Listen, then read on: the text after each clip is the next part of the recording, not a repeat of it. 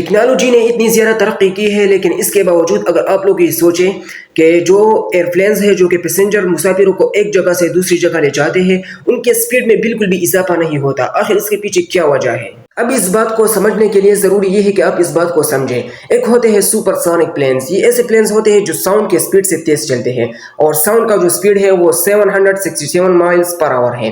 اب جو بھی پلین اس سپیڈ سے تیز جائے گا اس کو سپر سونک کہا جاتا ہے، اور جو پلین اسپیڈ سے کم رفتار میں جائے گا اس کو سب سونک کہا جاتا ہے۔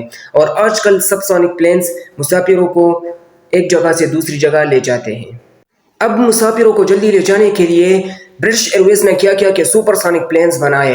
اب یہ پلینز جو ہے نا وہ لندن سے نیو یارک تک 3 گھنٹوں میں لوگوں کو پہنچاتے تھے، یعنی یہ ڈیسٹینیشن پر مسافروں کو بہت ہی زیادہ جلدی پہنچاتا تھا، لیکن ان میں کچھ دقتیں تھی، اور سب سے بڑا دقت اس کا فیول کنزمپشن تھا۔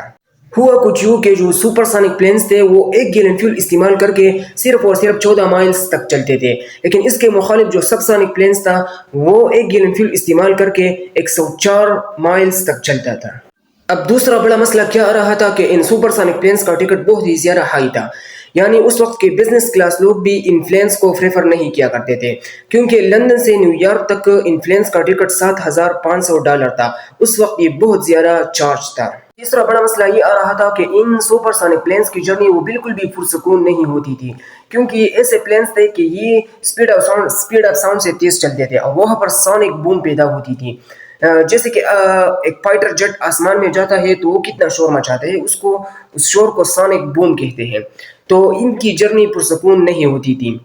تو یہ کچھ وجوہات ہیں جس کی وجہ سے ایئرپلینز جو کہ پیسنجر کو ایک جگہ سے دوسری جگہ لے جاتے ہیں ان کی سپیڈ کو تیز نہیں کیا جا سکتا۔ Subscribe for more. Follow for more.